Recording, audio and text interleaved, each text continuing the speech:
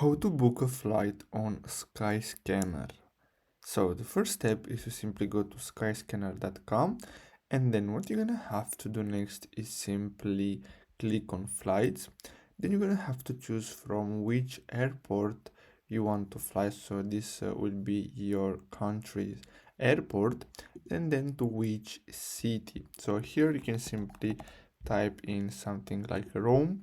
Then you're gonna have to choose the departure date. So as you can see, with the green are the cheaper ones, as you can see, based on the color. So you can choose a cheaper date.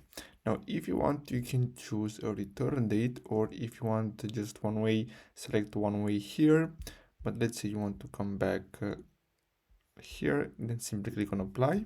Then you're gonna have to choose the cabin class. As you can see, you have economy, premium economy, business class, and then first class.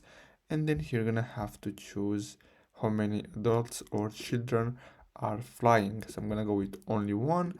Then simply click on apply, and then simply wait for Skyscanner to look for the best deals. Now after you choose the best deal, what you're gonna have to do is simply click on select, and then simply proceed with the payment. So I really hope you found this video helpful. Don't forget to like and subscribe. Thanks for watching.